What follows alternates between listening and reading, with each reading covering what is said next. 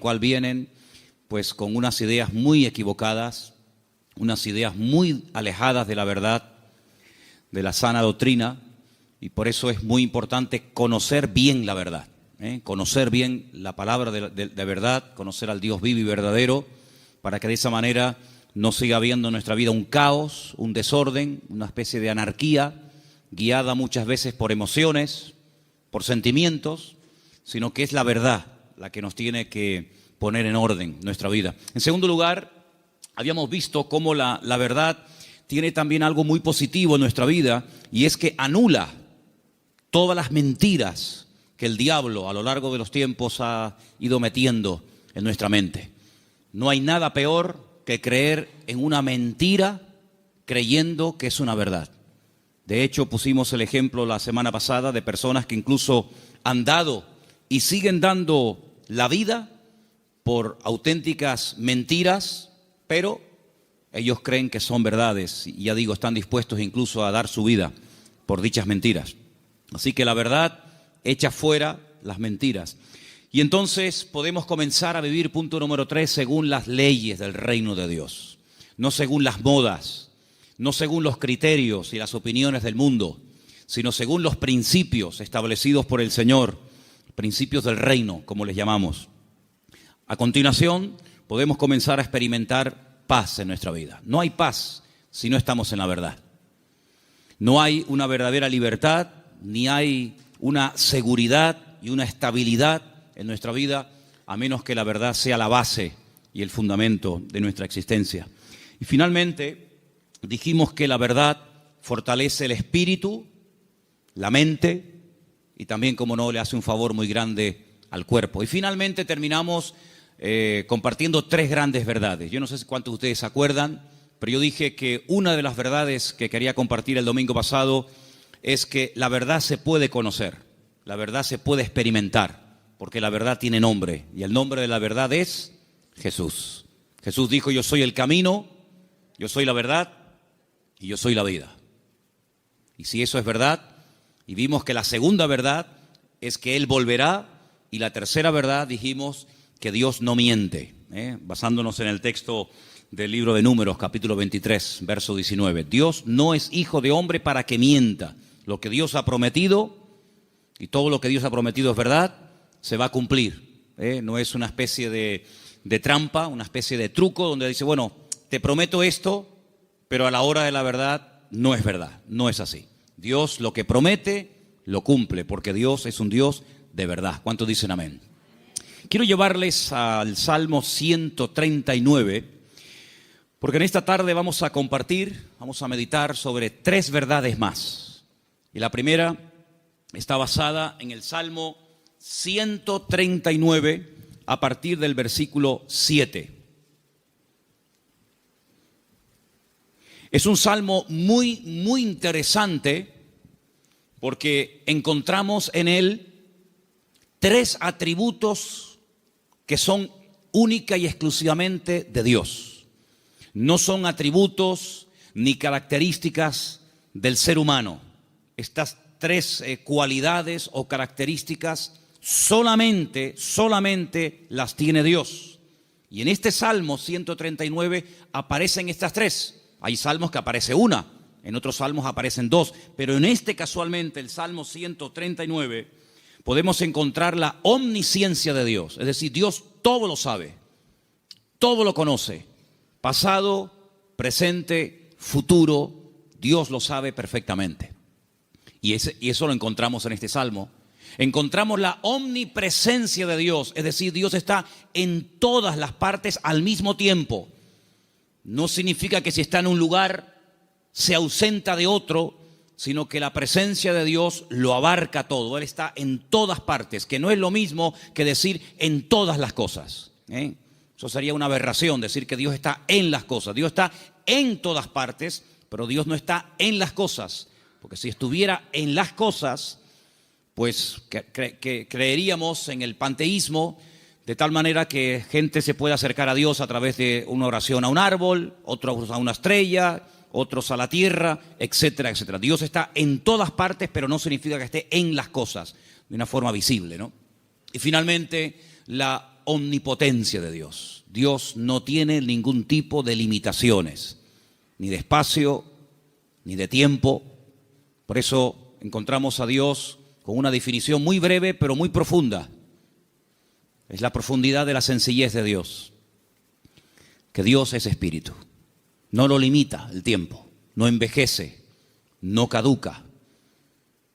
La Biblia ha sido escrita en un lenguaje humano donde aparecen muchas figuras retóricas para explicar lo que Dios es y lo que Dios hace.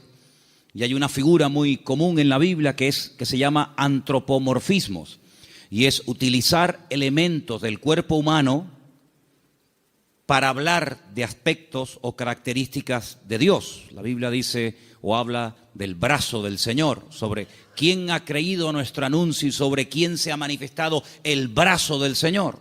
La Biblia habla de los ojos de Dios, la Biblia habla de la mano de Dios, pero son simplemente eso, antropomorfismos, es utilizar un lenguaje conocido, un lenguaje humano, ¿verdad?, distintas partes del cuerpo, para describir la naturaleza de Dios en la vida de su creación, en la vida de los seres humanos. Hemos oído a veces escuchar como que la naturaleza tiene el libre albedrío de hacer cuanto quiera, y no es verdad. Las leyes de la naturaleza las estableció Dios desde el principio de los tiempos. Fíjense qué curioso que todas las leyes que el hombre ha ido descubriendo con el paso del tiempo son leyes que estaban ocultas a los ojos del hombre. El hombre no las ha inventado, simplemente las ha descubierto, ¿verdad? Pero son leyes que Dios estableció desde el principio de los tiempos. Y uno de los libros más profundos de la Biblia, que es el libro de Job, encontramos el peso de la tierra, encontramos los nombres de algunas constelaciones y estrellas, encontramos cómo el viento pesa, ¿verdad? Cosa que no se descubrió hasta muchos siglos después, y encontramos muchas cosas muy interesantes acerca de las leyes de la creación. Alguien dijo que lo creado es una manifestación de las ideas y de la voluntad de Dios hechas realidad, ¿vale? Dios hablaba y su palabra se materializaba. Poder que no transfirió al hombre, imagínense. Es un poder simplemente, o es un poder que solamente se limita a él. Dios habla y lo que Dios ordena se materializa, se cristaliza, ¿sí? Sea la luz o sea cualquier otro elemento. Ahora, en el Salmo 139 vemos estos tres atributos de Dios, repito, omnisciencia, omnipresencia y omnipotencia. Y a partir del versículo 7, el salmista se hace una serie de preguntas muy interesantes, pero las hace en forma de sorpresa. Aquí dice: ¿a dónde me iré de tu espíritu? ¿A dónde huiré de tu presencia? Si subiere a los cielos, allí estás tú. Si en el Seol hiciere mi estrado, he aquí, allí tú estás. Si tomare las alas del alba y habitare en el extremo del mar, aún allí me guiará tu mano y me asirá tu diestra. Si dijere, ciertamente las tinieblas me encubrirán, aún la noche resplandecerá alrededor de ti. Aún las tinieblas no encubren de ti, y la noche resplandece como el día. Lo mismo te son las tinieblas que la luz. ¿Cuántos dicen amén? Ahora, en la Biblia encontramos a ciertos personajes que por las circunstancias que estaban atravesando no les quedó más remedio que huir y esconderse de las personas que querían quitarles la vida. Por ejemplo, piensen en Moisés. Cuando él tenía 40 años, dice la Biblia que él, para mediar en una disputa, en una pelea, dice que él se levanta contra un egipcio y lo mata y lo oculta. Pero aparentemente se ve que su crimen, su asesinato no quedó, digamos, oculto. Y al día siguiente alguien le dice: ¿me vas a matar a mí como ayer mataste al egipcio? Y esto le produjo un pánico, le trajo un miedo tan grande a Moisés, que dice que tuvo que huir al desierto. Y se ve que no lo encontraron. Se ve que el faraón, que a lo mejor intentó encontrarlo, fue todo en vano, porque pasó 40 años en el desierto y la Biblia no dice en ningún momento que a Moisés lo localizaron y lo llevaron a Egipto y lo sentenciaron. Por lo tanto, supo huir y se escondió, pero tuvo que huir. Tenemos, por ejemplo, el caso de David.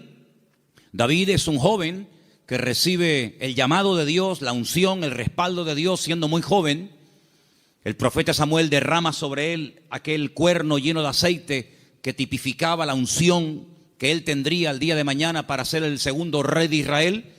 Y dice la Biblia que durante muchos años, David tuvo que huir y tuvo que escaparse y esconderse porque Saúl estaba obsesionado con quitarle la vida. Y se ve que lo hizo bien, por supuesto, la bendición de Dios también estaba con él, porque Saúl nunca lo encontró, a pesar de que muchas veces estuvo muy cerca de echarle mano, incluso hasta de quitarle la vida.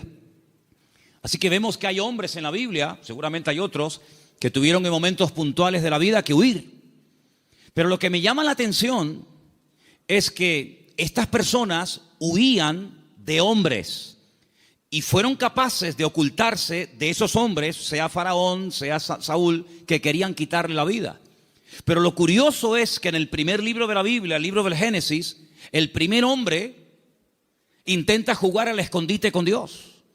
Porque dice la Biblia que cuando Adán peca, se esconde de Dios, como si Dios no supiera dónde está.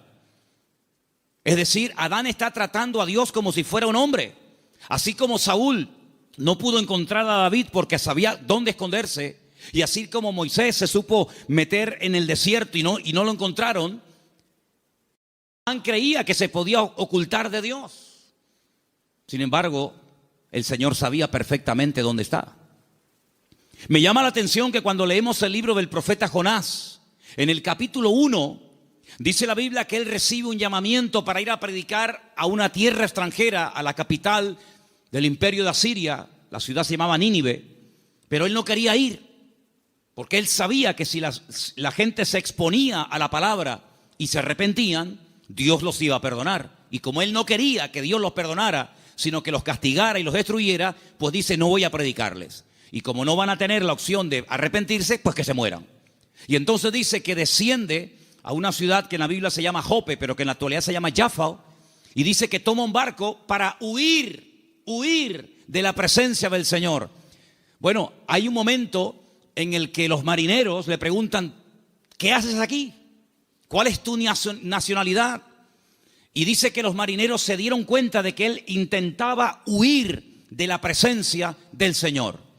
¿Eso qué significa? Bueno, en ese momento, y hasta siglos más tarde, se creía que Dios donde estaba y donde Dios vivía y moraba era en Jerusalén, en el templo que estaba en el monte Moriah.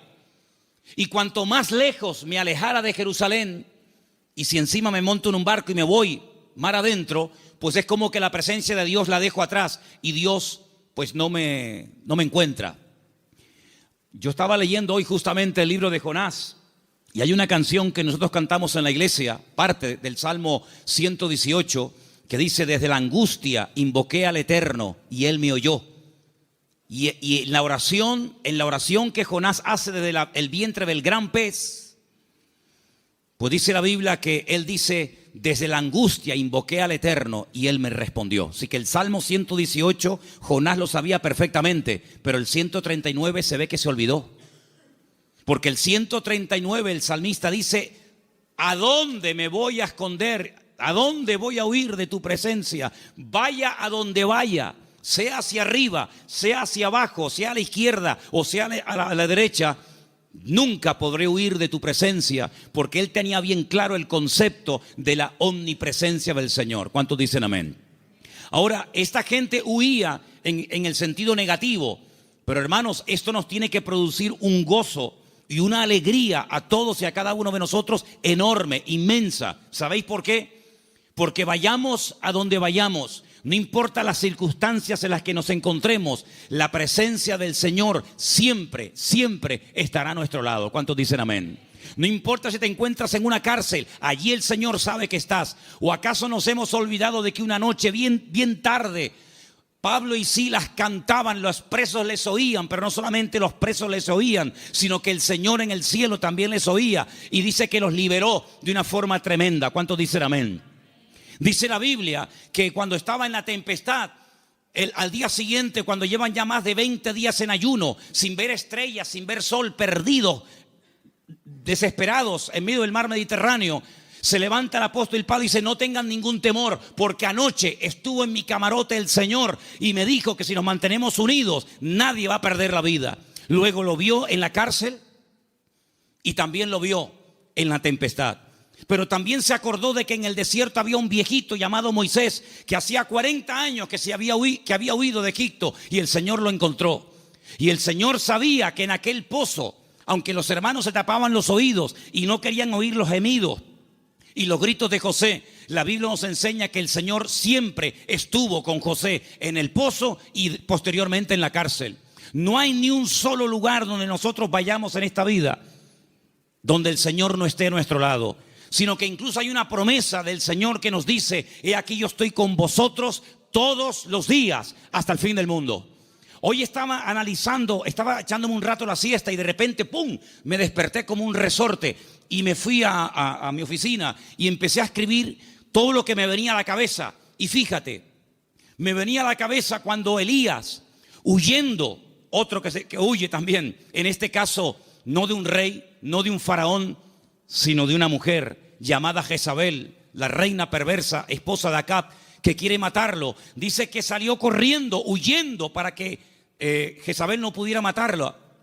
Y dice que se mete dentro de una cueva. Y entonces dice que de repente se produce un terremoto tremendo, tremendo, a tal punto que dice que las rocas se parten por la mitad. Pero dice, Dios no estaba en ese terremoto. Más adelante dice que viene un viento huracanado espectacular, tremendo, que lo arranca todo. Y dice, pero Dios no estaba allí tampoco. Y al final, después de muchos, cosas de la naturaleza, dice que viene un viento apacible.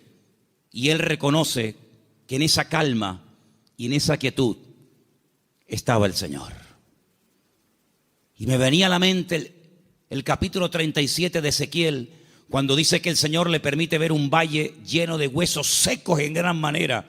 Y dice que no se levantaban ni producían ningún temor porque no estaba el Espíritu de Dios dentro de ellos. Si como la Biblia dedica tiempo a decir dónde Dios no está, pero también la Biblia dice dónde Dios sí está. Por ejemplo, también apuntaba todas las veces que ocurren tragedias y desgracias en la vida. A continuación añade la Escritura y dice, pero el Señor estaba con José. ¡Qué maravilla! Hermanos, saber que nuestro Dios está con nosotros todos los días, ¿no te produce una alegría y una tranquilidad de saber que pase lo que pase y venga lo que venga y digan lo que digan, nuestro Dios está con nosotros porque es omnipresente? No hay que ir a un lugar específico a visitarlo, como durante siglos y generaciones tenían que hacer las 12 tribus de Israel, que 3 veces al año tenían que viajar cientos o miles de kilómetros para ir a Jerusalén a visitar y a celebrar la fiesta del Eterno, sino que el Señor ha prometido estar con nosotros en cualquier momento, en cualquier lugar. No importa si somos jóvenes, adolescentes, niños o ancianos. No importa si estamos en la iglesia, en la casa, en el trabajo, en un barco, en un avión, en un submarino. No importa. La presencia del Señor siempre estará a nuestro lado y eso significa que la protección del Señor siempre estará con nosotros. Esa es la primera verdad que quiero compartir con ustedes en esta tarde. Y si habéis prestado atención a la lectura, ¿cuál fue la lectura de hoy? ¿Cuál fue? Salmo 121. ¿Cómo empieza el Salmo 121? Alzaré mis ojos a los montes. ¿De dónde vendrá mi socorro? Ay, amigo, cuando tú estás donde empezaban los peregrinos que iban a Jerusalén a celebrar las fiestas, cuando tú te pones en el principio de ese camino, allí en lo alto, en Galilea, y ves un camino estrecho, rodeado de unas montañas gigantescas, y te explican que en esas montañas se ponían los ladrones y las bandas armadas para robarle las ofrendas y los diezmos que iban a llevar al templo a Jerusalén. ¿Cómo nos van a alzar los montes los peregrinos y decir, Señor, ¿De dónde vendrá nuestro socorro? No es que está implorando la ayuda de las montañas, no. Porque el versículo siguiente dice, nuestro socorro viene del Señor que hizo los cielos y la tierra. No dará tu pie resbaladero, ni se dormirá el que te guarda. Él guardará tu salida y tu entrada desde ahora y para siempre. ¿Cuántos dicen amén? Hermanos, en estos tiempos en los que estamos viviendo, es importante que nos recordemos cada día el Señor, la presencia del Señor, la cobertura del Señor está a mi lado. ¿Cuántos dicen amén? Dile que está a tu lado, el Señor está con nosotros porque es un Dios fiel. Aleluya. Esa es la primera verdad que tenemos que tener presente en nuestra vida. Primera de Juan 5:18, primer versículo que nos van a leer en esta tarde. Primera de Juan, capítulo 5, verso 18. Presten atención, por favor. Sabemos que todo aquel que ha nacido de Dios no practica el pecado, pues aquel que fue engendrado por Dios le guarda, y el maligno no le toca. El maligno, la promesa que dice, el maligno no le toca. ¿A quién no le toca? Al Hijo de Dios. ¿Y por qué no le toca? Porque está protegido. ¿Por quién? Por aquel que lo engendró. Nuestro Dios no solamente está, sino que está para defendernos, está para guiarnos, está para bendecirnos. No está dormido y hay que despertarlo, como en algún momento el profeta Elías les decía a los profetas de Baal: griten, griten, levanten la voz. Tal vez vuestro Dios está de camino, o está dormido, o cansado, se ha ido de viaje, sino que nuestro Dios está a nuestro lado, pero no de una forma pasiva, indiferente, sino que está a nuestro lado para pelear nuestras batallas y defendernos. ¿Cuántas veces hemos mencionado el pasaje de cuando el profeta Eliseo, no Elías, Eliseo, se encuentra rodeado de enemigos y su criado Giesi se lo comenta y le dice: estamos rodeados, nos van a matar? Y el profeta Eliseo ora para que el Señor le abra los ojos espirituales a su criado incrédulo Giesi, porque le dice: más son los que están con nosotros que los que vienen contra nosotros. Y entonces él pudo ver por los ojos de la fe cómo la presencia del Señor estaba alrededor de aquella casa, y aquellos que venían a matarlos al final quedan ciegos y ellos los tienen que guiar hasta salir de la ciudad. Hermanos, ese es nuestro Dios, un Dios que ha prometido estar con nosotros todos los días. Estemos también nosotros con Él todos los días. ¿Cuántos dicen amén? Segunda y gran verdad que quiero compartir en esta tarde: el poder inmenso, ilimitado del nombre del Señor Jesucristo. Marcos capítulo 16, versículo 17 al 18. Presten atención, por favor. Y estas señales seguirán a los que creen. En mi nombre echarán fuera demonios, hablarán nuevas lenguas, tomarán en las manos serpientes, y si bebieren cosa mortífera no les hará daño. Sobre los enfermos pondrán sus manos y sanarán. Todo cuanto se menciona ahí con una connotación milagrosa, echar fuera demonios, hablar lenguas, orar por los enfermos, etcétera, etcétera, todo va precedido por el nombre de Cristo. En mi nombre, en mi nombre, en mi nombre. El Señor Jesucristo nos enseña en la palabra que cuando oramos los creyentes, tenemos que orar en su nombre. Firme la oración. No oramos en nuestro nombre. No nos acercamos a Dios con nuestros méritos, sino que oramos en el nombre del Señor Jesucristo. Y en el libro de Filipenses, el capítulo 2, nos da una pincelada, una explicación del poder tremendo de ese nombre. Presten atención. Después de humillarse, después de despojarse de toda su gloria y dignidad, después de haberse hecho siervo y estando en la condición de hombre, se humilla hasta lo sumo y muere de una forma terrible, como era la muerte de cruz, y haciéndose obediente hasta la muerte. A continuación de eso dice: por lo cual Dios lo exaltó hasta lo sumo, a lo máximo, y le dio un nombre sobre todo nombre. Y ahora escucha versículo 10: para que en el nombre de Jesús se doble toda rodilla de los que están en los cielos, en la tierra y debajo de la tierra, y toda lengua confiese que Jesucristo es el Señor, para gloria de Dios Padre. El poder del nombre de Cristo, no somos conscientes de lo poderoso que es mencionar ese nombre. Los demonios huyen y tiemblan cuando se menciona el nombre de Jesucristo. Es un nombre de poder, es un nombre de autoridad. No hay nada ni nadie que se resista al poder del nombre de Cristo. Una vez escuché a un predicador que vino a Las Palmas hace muchos años. Había sido misionero en África. Y un día no se le ocurre otra cosa más que ir a una tribu de caníbales.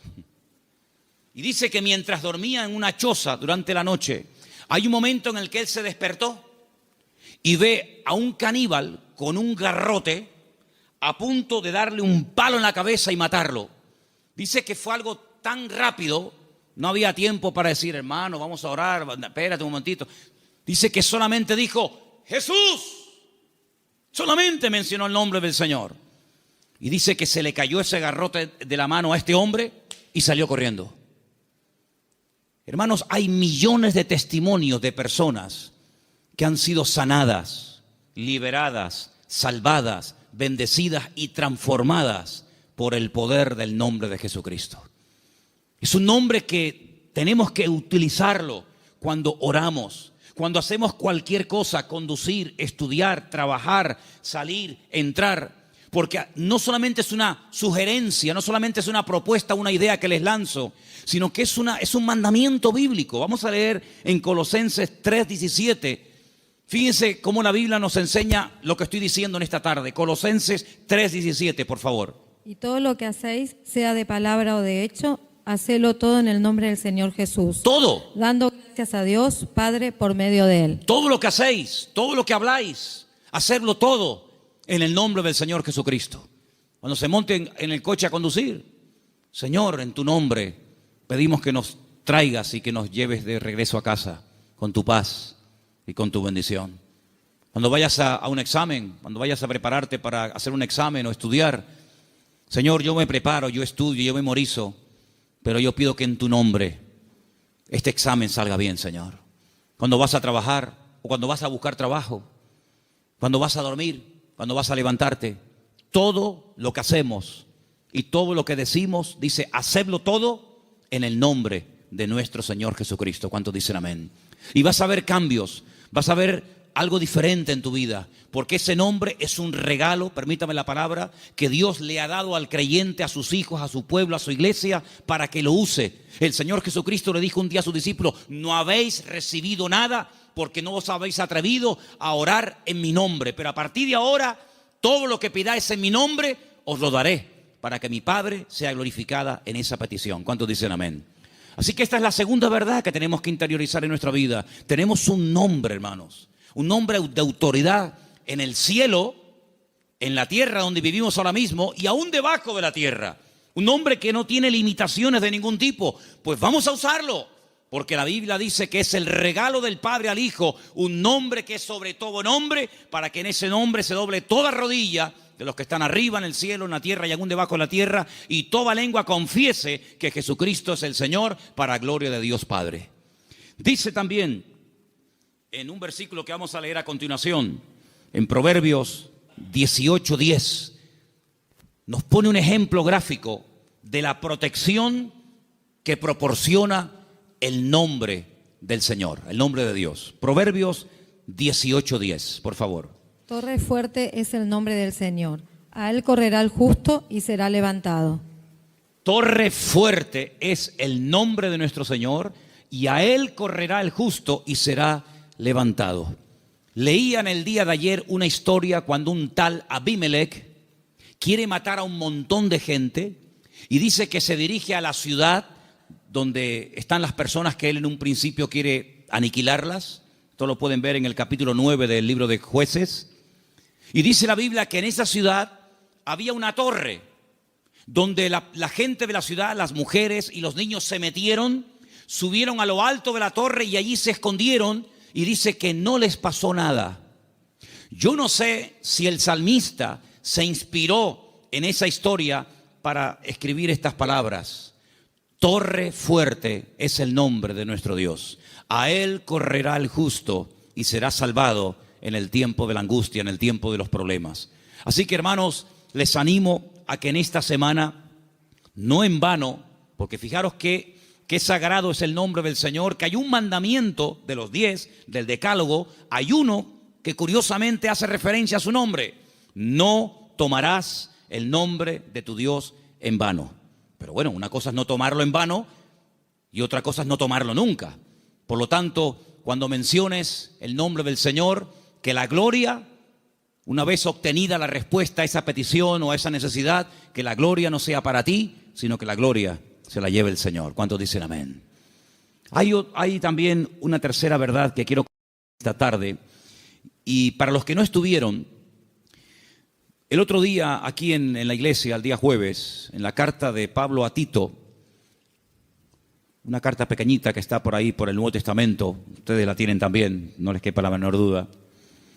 El apóstol Pablo deja a Tito en la isla de Creta para que impida que se mezclen o que se metan en la iglesia falsas enseñanzas, falsas doctrinas, etc.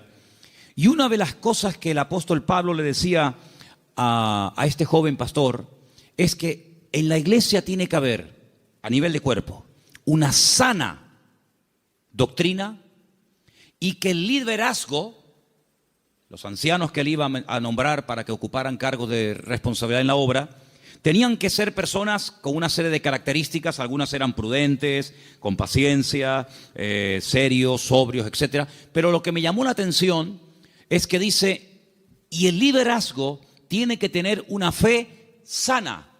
Bueno, literalmente dice que sean sanos en la fe. Y esto despertó mi curiosidad, porque la tercera verdad que quiero que en esta tarde escuchen ustedes y quiero compartir es el poder que tiene el cuerpo, el pueblo del Señor, siempre y cuando la fe de esa iglesia sea una fe sana. Y algunos dirán, pero ¿cómo que una fe sana? ¿Es que acaso hay una fe que no es sana? Pues sí. La fe a veces se puede enfermar. De hecho, vimos el jueves, repasamos un poco, que hay un momento puntual en el ministerio del Señor Jesucristo en el que algunos discípulos vienen y le dicen, Señor, nos ha pasado algo y queremos contártelo.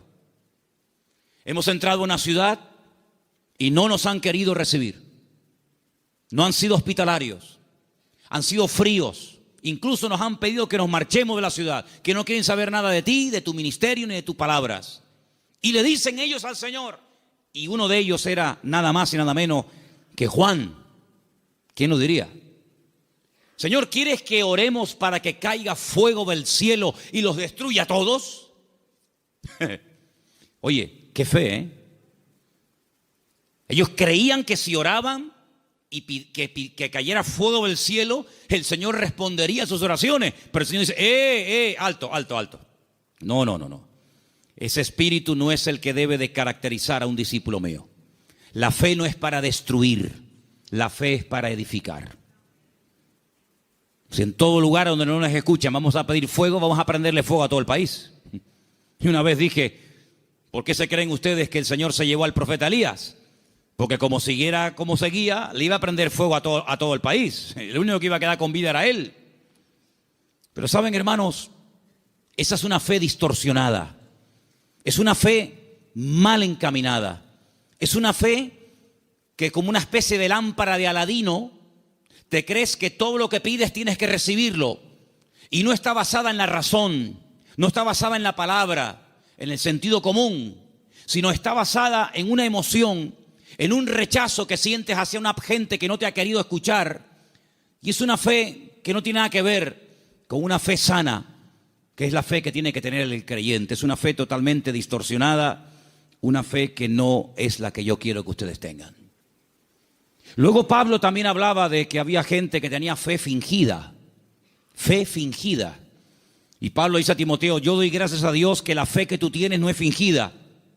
Porque la fe que tú tienes primeramente la tuvo tu abuela y después se la traspasó a tu madre y ahora la tienes tú.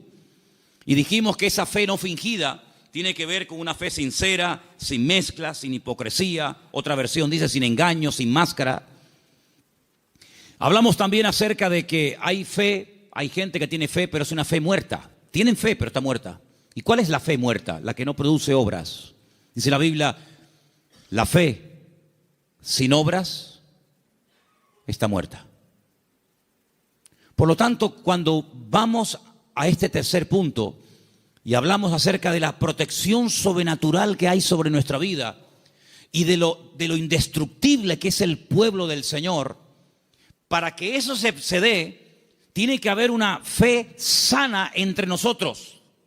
No una fe rara, distorsionada, enferma, sino una fe puesta en las promesas y en la palabra de nuestro Dios. ¿Cuántos dicen amén? Y entonces esa fe va a traer estabilidad. Esa fe va a traer una revelación del verdadero Dios al cual tenemos que honrar, adorar y servir. Porque yo creo con todo mi corazón que la forma como oramos, la forma como nos planteamos nuestro estilo de vida, las decisiones que tomamos o no, es decir, todo lo que hacemos en la vida como creyentes, gira en torno al concepto que tenemos de nuestro Dios. Es decir, si nuestro concepto de Dios está equivocado, por mucha fe que tengamos, no estamos actuando correctamente. Y volvemos al principio del mensaje de hoy. Jonás creía que había lugares donde se podía esconder de Dios y Dios no encontrarlo. Dice que él huía de la presencia de Dios, huía del llamado de Dios, de la responsabilidad. ¿Por qué? Porque no quería cumplir con el llamado de Dios. Y hace exactamente lo mismo que hizo Adán en el jardín del Edén: huir, esconderse de Dios. Y él creía que uno se podía esconder de Dios. Y él actuaba en base a esa creencia equivocada. Por lo tanto, es muy importante que nosotros nos preguntemos de vez en cuando, a la luz de las Escrituras, si la forma como yo estoy orando y pidiendo las cosas, si la forma como yo estoy viviendo mi relación con el Señor es una relación basada en una fe sana o en ideas distorsionadas y equivocadas.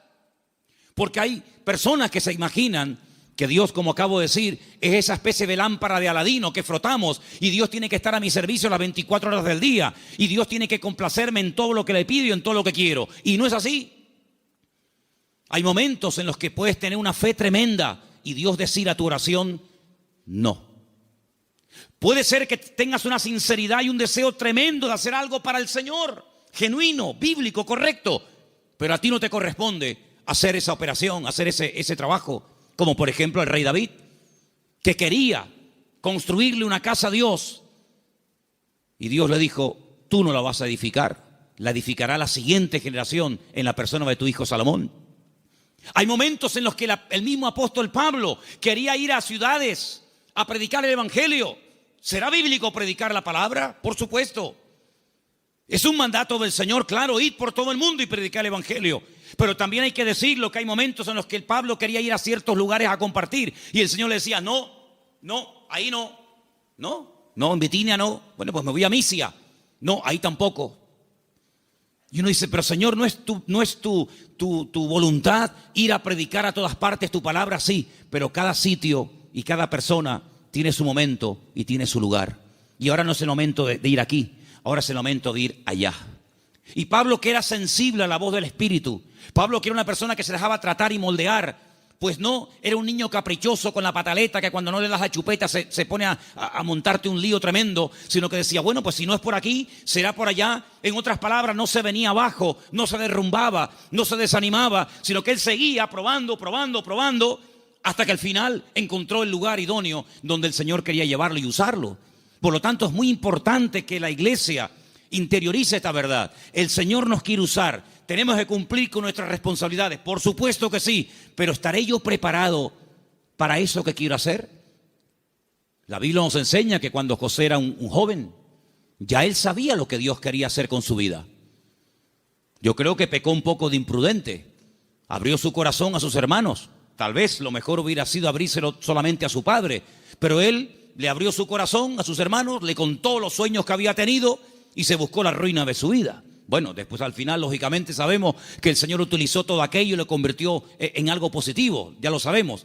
Pero hermanos, él tuvo que esperar desde el momento que recibe la revelación de la voluntad de Dios para su vida, hasta que él ve que eso se cumple. Pasaron muchos años, pasó mucho tiempo.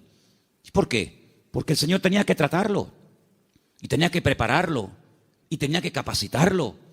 Y lo tuvo que hacer pasar por situaciones terribles, terribles. Pero en todas y en cada una de ellas aprendió lecciones que lo marcaron para toda la vida. Y cuando llegó el momento, el Señor lo levantó y el Señor lo utilizó.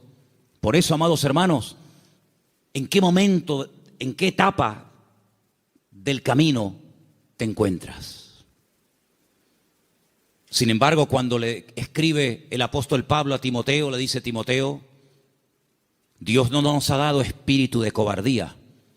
Probablemente estaba pasando por un momento de temor frente a semejante responsabilidad.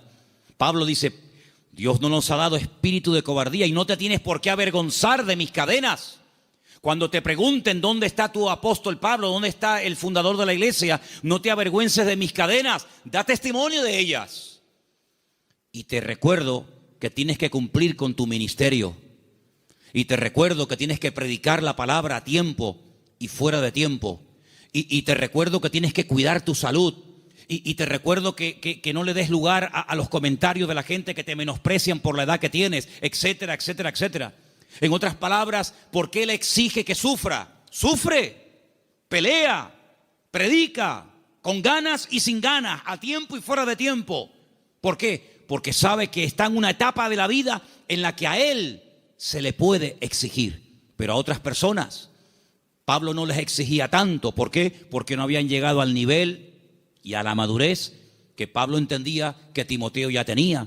Por lo tanto, en base a tu conocimiento, en base a tu madurez, en base al desarrollo que tú tienes en el Señor, se te exigirá más o se te exigirá menos. Pero todo creyente que forme parte del cuerpo de Cristo, el cual llamamos iglesia, tiene que asumir las responsabilidades que le corresponda. Y yo, por ejemplo, en esta tarde tengo aquí una pequeña lista de cosas en las cuales todos sí podemos, a pesar de que lleven poco tiempo o mucho tiempo, todos sí podemos cumplir con ellas. Por ejemplo, con la puntualidad. Yo doy gracias al Señor de que en esta iglesia, salvo raras excepciones, siempre se empiezan los cultos a su hora. ¿Sí o no? ¿No? ¿Dicen que no? Hemos estado en algunas iglesias donde el culto se ha empezado media hora tarde. Y durante la predicación aún sigue entrando gente. Y decirnos a algunos miembros de la iglesia: en esta iglesia siempre ha sido así, es imposible empezar un día a tiempo. Bueno, yo doy gracias al Señor de que por lo menos en eso no somos malos, ¿no? Sino que generalmente solemos ser puntuales. Cuando se propone o se expone a la congregación un proyecto, una idea o algo, generalmente un altísimo porcentaje de la congregación responde apoyando pues dicha actividad o proyecto o lo que sea. En otras palabras, hermanos, la iglesia va a crecer en la medida en la que tú crezcas. La iglesia, cuando hablamos de iglesia, ¿qué es la iglesia? La iglesia eres tú, y tú, y tú, y cada uno de nosotros. Y la iglesia, ese concepto a veces tan abstracto, como dice la iglesia ¿qué es? Pues la iglesia eres tú. La iglesia tendrá la madurez de todos y cada uno de nosotros. Pero esa madurez, ¿dónde la aprendemos? ¿Aquí o ya venimos con ella de casa? Después del culto hoy, queremos reunirnos unos poquitos minutos con los padres de los chicos que en este momento, ahora mismo, están en la escuela dominical. ¿Por qué? Porque una de las cosas que tenemos que entender es que la iglesia, por ejemplo, en los domingos, la escuela dominical, es un refuerzo a lo que teóricamente los niños ya aprenden de sus respectivos padres en el hogar. ¿Cuántos dicen amén? Es decir, si ustedes no oran a la hora de la comida, difícilmente, por más que se lo enseñen ahora mismo las hermanas que están allí con esos niños, que hay que orar dándole gracias al Señor por la comida que entra por nuestra boca, si después durante la semana, que es muy larga, hasta el próximo domingo, no ven a papá y no ven a mamá orando un momentito, dándole gracias al Señor por los alimentos, pues le vamos a hacer al niño, perdonen la palabra, un cacao, porque le estamos enseñando algo en la iglesia que luego ustedes no lo apoyan. Es decir, que lo que aprendan aquí, luego vean la práctica en el hogar. ¿Cuántos dicen amén? Si, por ejemplo, un niño un día en una escuela dominical tiene una clase donde, por ejemplo, no sé, se le habla del perdón, pues que cuando lleguen momentos puntuales Pues que el niño vea que en casa la asignatura del perdón se aprueba con sobresaliente y no siempre con suspenso. Y simplemente quiero ponerles un ejemplo, porque la tercera verdad que estoy tratando de compartir esta tarde es la importancia de la iglesia en el mundo y cómo la iglesia es indestructible siempre y cuando cumpla con los requisitos bíblicos establecidos por el Señor en su palabra. ¿Dónde aprendió José a perdonar, a reconciliarse, a llevarse bien con otras personas? ¿Dónde lo aprendió? ¿En Egipto? ¿En Egipto lo aprendió? No, lo aprendió en el hogar, lo aprendió en casa. Yo no sé, supongo que sí, ya es especular, si algún día Jacob, que era su padre, explicó en casa el motivo por el cual se iban de un país a otro. Me imagino que sí. Yo me imagino que un día Jacob habrá juntado a Raquel, a Lea, a sus hijos y les habrá dicho: chicos, nuestro tiempo se ha terminado con el tío Labán. Volvemos a Canaán. Y quiero contarles algo. Hace 22 años salí de mi tierra y ahora volvemos. Pero hay una pequeña cosa que tengo que comentarles. Yo no vine aquí porque quería en el fondo venir. Yo vine aquí casi forzado por las circunstancias. Vine aquí porque el tío Esaú, vuestro tío, mi hermano, me quería matar. Y ahora volvemos y no sé lo que nos vamos a encontrar. La Biblia dice que él toma una serie de medidas muy particulares, por cierto. Fue haciendo diferentes grupos a las que menos amaba o con las que menos tenía, no sé, feeling. Las fue poniendo por delante y él lógicamente se quedó atrás con la que él realmente quería y con sus hijos. Y le llega la noticia de que el tío Esaú viene con 400 hombres armados hasta los dientes. Y entonces él se va a la montaña a orar. Y es allí cuando tiene un encuentro con el Señor que lo cambió para toda la vida. Y es allí donde pelea con un ángel. Y dice la Biblia que allí donde Dios le cambia el nombre de Jacob por Israel. Y al día siguiente llegó el momento de la verdad, amigo. Llegó el momento de a ver qué pasa. O se acaba todo o empieza todo. Y allí se va José con su padre, con sus hermanos.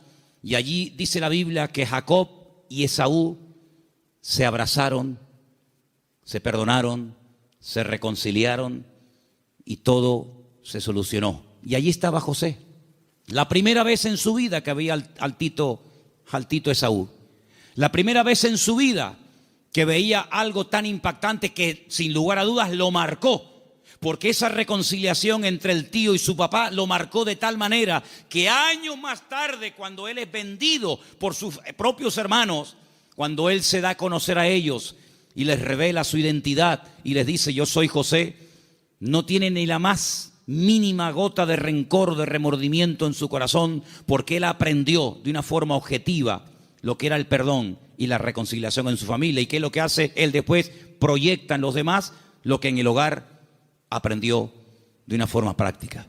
Por eso, amados hermanos, es muy importante que lo que ustedes aprenden en los cultos, lo que los niños aprenden en la escuela dominical, luego durante la semana se van a presentar muchas oportunidades para orar, para pedir perdón, para saber cómo reaccionar ante una situación. Y entonces ahí donde tenemos que trabajar en equipo, porque la iglesia que entiende que no somos solamente iglesia cuando nos reunimos aquí en Garcilaso de la Vega, número 13, y cuando apagamos la luz y arrancamos los coches y cada uno se va a su casa, dejamos de ser iglesia. No, seguimos siendo iglesia. Seguimos siendo iglesia, no en un lugar físico como este. La iglesia ahora se divide para multiplicar. La iglesia que se divide dentro es una ruina, pero la iglesia que fuera, cuando termina el culto, se divide y se lleva la bendición de Dios, se divide, entre comillas, para después multiplicar y para extender la luz del evangelio fuera. ¿Cuántos dicen amén?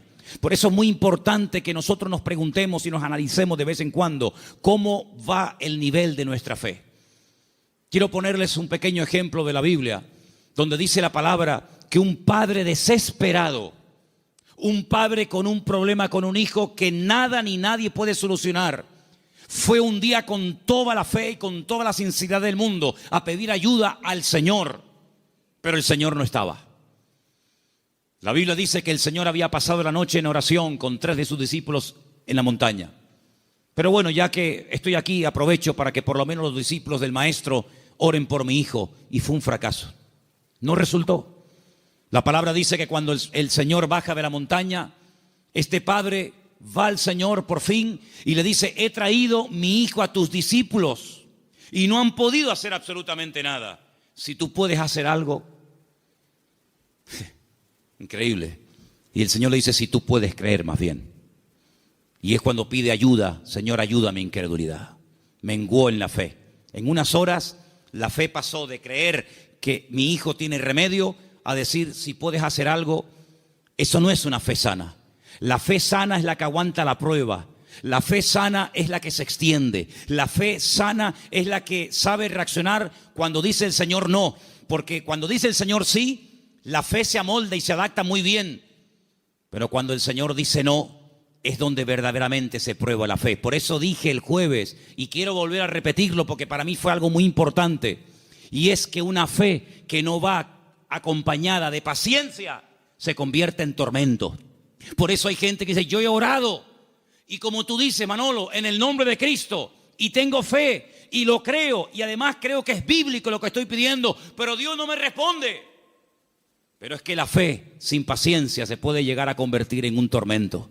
Por eso una fe sana es la fe que va acompañada de paciencia. Y de ahí que el salmista diga, y volvemos a mensajes de la semana pasada: encomienda al Señor tu camino, confía en Él y Él hará cuando lo crea oportuno. ¿Cuántos dicen amén? Por eso la iglesia, claro que es indestructible. Hay promesas que las puertas del infierno no prevalecerán contra el pueblo de Dios. Pero siempre y cuando el pueblo de Dios se mantenga alineado y siempre y cuando el pueblo del Señor tenga ese mismo sentir. Permítame llevarles al libro de Filipenses, por favor. En la carta del apóstol Pablo a los Filipenses, y mientras la buscan, decirles, amados hermanos, que esta carta se escribió desde la cárcel en Roma. En el capítulo 4 de la carta de Pablo a los Filipenses, ustedes van a encontrar que el apóstol Pablo está hablando de gozo, de regocijarse. Y uno dice: pero ¿cómo es posible que en semejantes circunstancias el apóstol Pablo escriba una carta cuya palabra más repetitiva es la palabra gozo y alegría? Bueno, pues porque el gozo del creyente, la estabilidad del creyente, no depende de si está en libertad o privado de libertad, sino depende de una fe sana depositada en los brazos del Señor. Pero en medio de la carta, cuando él está explayándose, dando unas explicaciones extraordinarias sobre todo esto, llegamos al versículo 2, Filipenses 4:2, donde él hace un ruego, una tarea que les pongo: escriban en un papel todas las veces que Pablo le rogó a alguien algo. No lo hace mucho, pero aquí tienen un ejemplo. Este no vale, tienen que buscar otro. Le ruega a Evodia y a Síntique que sean ¿qué? De un mismo sentir en el Señor. Evodia y Síntique eran unas hermanas de esta congregación, eran creyentes, fieles asistentes a la congregación, que no les está haciendo un llamado para que acepten al Señor en su vida y se conviertan. No, ya son creyentes, son hermanas de la congregación, pero entre ellas hay algo. No son de un mismo sentir. Algo pasó entre estas hermanas que a Pablo le perturba. Y Pablo, hay un momento en el que hace un paréntesis en el desarrollo del tema de la carta de Filipenses y dice: ruego a Evodia y a Síntique que sean de un mismo sentir en el Señor. Porque una iglesia, como un matrimonio que tiene un mismo sentir, es algo indestructible. ¿Cuántos dicen amén? Pero una iglesia donde uno dice arriba y otro dice abajo, uno dice a un lado y otro dice a otro, donde uno dice no, oremos, otro, no, ayunemos, no, discipulemos, no, evangelicemos, salgamos, no, quedemos, no. Difícilmente esa iglesia puede ser una iglesia bendecida y una iglesia que impacte a la gente que lo rodea. Pero cuando hay un mismo sentir en el Señor, cuando el capitán de la nave es el Espíritu de Dios y la cabeza de la iglesia es el Señor Jesucristo, esa iglesia puede avanzar, esa iglesia puede ser una bendición y esa iglesia es un botón, un punto de referencia en el mundo espiritual de algo que el Señor está haciendo en este lugar. Porque permítame decirle que una de las grandes enseñanzas del apóstol Pablo, y esto tiene una profundidad tremenda, inmensa, es que dice que la iglesia no solamente puede tener un impacto a nivel de sociedad, como evidentemente lo tiene con los vecinos, con los familiares, con los que vienen, etcétera, sino que dice el apóstol Pablo, es una enseñanza muy profunda que comparte con los efesios, es que la iglesia, según cómo se comporte, según cómo actúen sus miembros, según cómo se relacionen unos con otros, tiene también un impacto en el mundo espiritual, ante los principados y ante las potestades. Y uno dice, ¿pero cómo puede ser eso? Claro que sí. La iglesia puede llegar a ser un freno. La iglesia puede llegar a ser una luz. La iglesia puede incluso impedirle al enemigo que campe a sus anchas y que haga lo que le dé la gana. Porque la iglesia es un freno en el mundo espiritual que el diablo reconoce perfectamente. ¿O se creen ustedes que el diablo no sabe que tú eres un hijo de Dios? ¿Se creen ustedes que el diablo no nos ve a nosotros? ¿Se creen ustedes que los demonios no nos observan cada día cómo hablamos, cómo oramos o cómo no oramos, cómo entramos, cómo salimos? Claro que lo ven. Había una vez unos jóvenes que querían echar fuera un demonio de un hombre. Y cuando fueron a orar por él, no se les ocurre otra cosa. Qué listos y qué tontos al mismo tiempo. Querían echar fuera los demonios en el nombre del Cristo que predica Pablo. Y los demonios le respondieron y les dijeron a los 7 hijos de Seba, así se llamaba el padre de estos muchachos: conocemos a Pablo y conocemos al Cristo que predica Pablo, pero a vosotros no os conocemos absolutamente de nada. Así que el diablo sabe dónde vivimos, sabe nuestra identidad, sabe nuestro nivel de madurez, sabe nuestro nivel de santidad con el Señor, sabe hasta dónde puede llegar, porque como dije al principio, hay una protección, una cobertura sobrenatural 24 horas al día sobre la vida de la iglesia, sobre la vida de cada uno de sus hijos. Pero a veces nosotros podemos abrir rendijas, a veces nosotros incluso hasta le damos ideas al enemigo. Por eso dice Pablo, no le deis lugar al diablo. No le des lugar al diablo en tu casa. Si hay algo por donde está colando el enemigo, sé sabio y quítalo, elimínalo.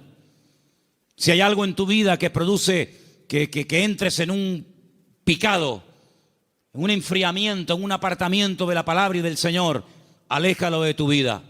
Rodéate de gente espiritual. Lee libros que te edifiquen y no que te destruyan y te confundan más. Acércate a la palabra del Señor, busca al Señor. Porque cuando tú te metes en la presencia del Señor, todo lo que tú aprendas, todo lo que tú recibas, todo lo que tú crezcas, después cuando vengas a la congregación, aunque no hayas abierto la boca y nadie se haya enterado que has entrado ni que has salido, te puedo asegurar que tu vida en el mundo espiritual produce un impacto. ¿Cuántos dicen amén? Y podemos tener el enemigo a raya simplemente con nuestra presencia. Por eso, amados hermanos,